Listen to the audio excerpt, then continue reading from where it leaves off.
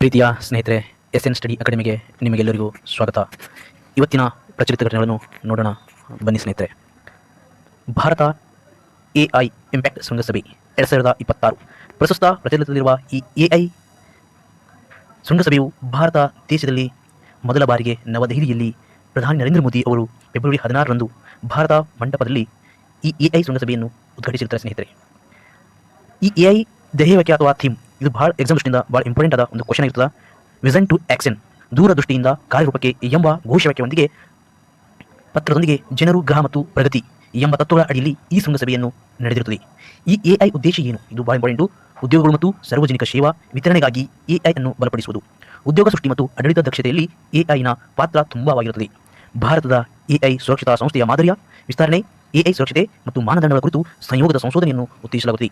2023 AI safety summit at Bletchley Park UK ಅಂದರೆ 2023ರಲ್ಲಿ ಎಲ್ಲಿ ನಡೀತಪ್ಪ ಅಂದರೆ ಇದು ಲಂಡನ್ನಲ್ಲಿ ನಡೆದಿರುತ್ತೆ ಸ್ನೇಹಿತರೆ. ಅದೇ ರೀತಿ 2024ರಲ್ಲಿ ಸೌತ್ ಕೊರಿಯಾದಲ್ಲಿ ಈ ಸಮ್ಮೇಳನ ನಡೆದಿರ್ತದೆ. ಅದೇ ರೀತಿ 2025ರಲ್ಲಿ ಗ್ರ್ಯಾಂಡ್ ಪ್ಯಾರಿಸ್ ಅಥವಾ ಫ್ರಾನ್ಸ್ ದೇಶದಲ್ಲಿ ಇದು ಒಂದು 2025ರ AI ಶೃಂಗಸಭೆ ನಡೆದಿರುತ್ತದೆ. ಅದೇ ರೀತಿ 2026ರಲ್ಲಿ ನಿಮ್ಮೆಲ್ಲರ ಹೆಮ್ಮೆಯ ಭಾರತ ದೇಶದಲ್ಲಿ AI ಶೃಂಗಸಭೆ ನವದೆಹಲಿಯಲ್ಲಿ ನಡೆದಿರ್ತದೆ. ಅದು ಯಾವಾಗಪ್ಪ ಅಂದರೆ ಫೆಬ್ರವರಿ 16ರಂದು ಭಾರತ ಮಂಟಪದಲ್ಲಿ ನಡೆದಿರ್ತದೆ. ಇದನ್ನು ಉದ್ಘಾಟನೆ ಮಾಡಿದ ಪ್ರಧಾನಮಂತ್ರಿ ನರೇಂದ್ರ ಮೋದಿ ಅವರು ಆಗಿರ್ತಾರೆ ಸ್ನೇಹಿತರೆ. ನೆಕ್ಸ್ಟ್ ಕ್ವಶನ್ ನೋಡೋಣ. ಮಾಜಿ ದೇವದಾಸಿ ಮಹಿಳೆಯರ ಮರು ಸಮೀಕ್ಷಾ ವರದಿ 2026ರ ಫೆಬ್ರವರಿ ವರದಿ ಪ್ರಕಾರ ಕರ್ನಾಟಕದ 15 ಜಿಲ್ಲೆಗಳಲ್ಲಿ 23,395 ಮಾಜಿ ದೇವದಾಸಿ ಮಹಿಳೆಯರನ್ನು ಮರು ಸಮೀಕ್ಷೆಯಲ್ಲಿ ಗುರುತಿಸಲಾಗಿದೆ. ಸುಧಾರಿಸಲಿಲ್ಲವೆಂದು ವರದಿ ತಿಳಿಸಿದ್ದು ಅವರಿಗೆ ವಿಶೇಷ ಪುನರ್ವಸತಿ ಪ್ಯಾಕೇಜ್, ಶಿಕ್ಷಣ, ಆರೋಗ್ಯ ಸೌಲಭ್ಯಕ್ಕಾಗಿ ವಿಶೇಷ ಸೌಲಭ್ಯಗಳನ್ನು ಒದಗಿಸಲು ಕರ್ನಾಟಕ ಸರ್ಕಾರ ಮುಂದಾಗಿದೆ. ಮರು ಸಮೀಕ್ಷೆಯ ಅಂಕಿಅಂಶಗಳು ಬಾಗಲಕೋಟೆ ಜಿಲ್ಲೆ, ವಿಜಯನಗರ, ಬೆಳಗಾವಿ, ಕೊಪ್ಪಳ, ಬಳ್ಳಾರಿ ಜಿಲ್ಲೆಗಳು ಹೆಚ್ಚಿನ ಮಾಜಿ ದೇವದಾಸಿಯರು ಕಂಡುಬರುತ್ತಾರೆ.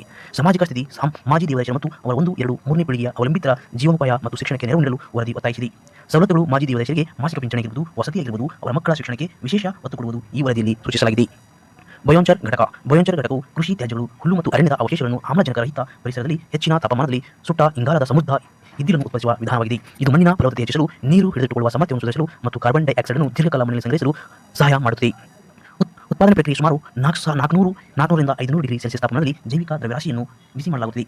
ಸ್ನೇಹಿತರಲ್ಲಿ ಕೃಷಿಯಲ್ಲಿ ಬಳಕೆ ಮಣ್ಣಿನ ಬಯೋಂಚರ್ ಸೇರಿಸುವುದರಿಂದ ಸಸ್ಯಗಳು ಇಳುವರಿ ಹೆಚ್ಚಾಗುತ್ತದೆ ಮತ್ತು ರಾಸಾಯನಿಕ ಗೊಬ್ಬರಗಳ ಅವಶ್ಯಕತೆ ಕಡಿಮೆಯಾಗುತ್ತದೆ. ಸ್ನೇಹಿತರೆ, ಪರಿಸರ ಯೋಜನೆಗಳು ಇದು ಹಸಿರು ಅನಿಲ ಹೊರಸೂಸುವಿಕೆ ಕಡಿಮೆ ಮಾಡುತ್ತದೆ ಮತ್ತು ಮಣ್ಣಿನ ಆರೋಗ್ಯವನ್ನು ಸಹ ಪುನಃ ಸ್ಥಾಪಿಸುತ್ತದೆ. ಕರ್ನಾಟಕದ ಉಡುಪಿಯಲ್ಲಿ ದೇಶದ ಮೊದಲ ಅತ್ಯಾಧುನಿಕ ಬಯೋಂಚರ್ ಘಟಕವನ್ನು ಸ್ಥಾಪಿಸಲಾಗುತ್ತದೆ. ಇದು ಎಕ್ಸಾಮ್ಸ್ನಿಂದ ಪಾಯಿಂಟ್ ಕರ್ನಾಟಕದಲ್ಲಿ ಉಡುಪಿಯಲ್ಲಿ ಇದೊಂದು ಸ್ಥಾಪನೆ ಆಗಿರುತ್ತದೆ. ಸ್ನೇಹಿತರೆ, Bharat Vistar important question.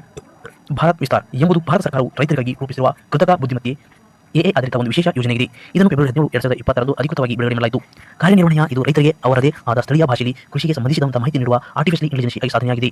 AI ಸಹಾಯಕಿ ಅಥವಾ ಭಾರತಿ ಈ ವೇದಿಕೆಯಲ್ಲಿ ಭಾರತಿ ಎಂಬ ಹೆಸರಿನ ಧ್ವನಿ ಆಧಾರಿತ AI ಸಹಾಯಕಿ ಇರುತ್ತದೆ. ರೈತರು ನೇರವಾಗಿ ಮಾತುಕತೆ ನಡೆಸುವ ಮೂಲಕ ಸಲಹೆಗಳನ್ನು ಪಡೆಯಬಹುದು. ಸ್ನೇಹಿತರೆ, ಇಲ್ಲಿ ಯಾವ ರೀತಿ ಕ್ವಶನ್ ಅಂದರೆ ಭಾರತಿ ಏನಾಗಿರುತ್ತದೆ, AI ಆಗಿರುತ್ತದೆ. ಈ ರೀತಿ ಕ್ವಶನ್ AI ನ ಒಂದು ಧ್ವನಿ ಆಧಾರಿತ ಆಗಿರುತ್ತದೆ. ಇದರಿಂದ ಭಾರತ ವಿಸ್ತಾರದಿಂದ ಸಿಗುವ ಮಾಹಿತಿ ಯಾವ ರೀತಿ ಮತ್ತು ಉಪಯೋಗ ಏನು, ಬೆಳೆ ಯೋಜನೆ ಮತ್ತು ಕೀಟ ನಿಯಂತ್ರಣ ಬಗ್ಗೆ ಸಲಹೆ ನೀಡುವುದು, ಹವಾಮಾನ ವರದಿ ಮತ್ತು ಮಾರುಕಟ್ಟೆಯಲ್ಲಿರುವ ಬೆಲೆಗಳ ಬಗ್ಗೆ ಆಗಿರುವುದು, ಅದೇ ರೀತಿ PM ಕಿಸಾನ್ ಫಸಲ್ ಬಿಮಾ ಯೋಜನೆ, ಕಿಸಾನ್ ಕ್ರೆಡಿಟ್ ಕಾರ್ಡ್ ಸೇರಿದಂತೆ 10 ಪ್ರಮುಖ ಕೇಂದ್ರ ಯೋಜನೆಗಳ ಬಗ್ಗೆ ಮಾಹಿತಿಯನ್ನು ನೀಡುತ್ತದೆ. ಅದೇ ರೀತಿ ತಾಂತ್ರಿಕ ಸಂಯೋಜನೆ ಇದು ಅಗ್ರಿಸ್ಟಾಕ್ ಮತ್ತು ICAR ವ್ಯವಸ್ಥೆಗಳನ್ನು ಸಂಯೋಜಿಸಿ ರೈತರಿಗೆ ನಿಖರವಾದ ಮಾಹಿತಿ ನೀಡುತ್ತದೆ. ಈ AI ಭಾರತ್ ವಿಸ್ತಾರ್ ಯೋಜನೆ ಅಡಿಯಲ್ಲಿ ಅದೇ ರೀತಿ ಹಂತ 1ರಲ್ಲಿ ಮಹಾರಾಷ್ಟ್ರ, ಬಿಹಾರ, ಗುಜರಾತ್ ನಂತಹ ರಾಜ್ಯಗಳು ಸೇರಿವೆ. ಕೋಲಾರ ಅಂದರೆ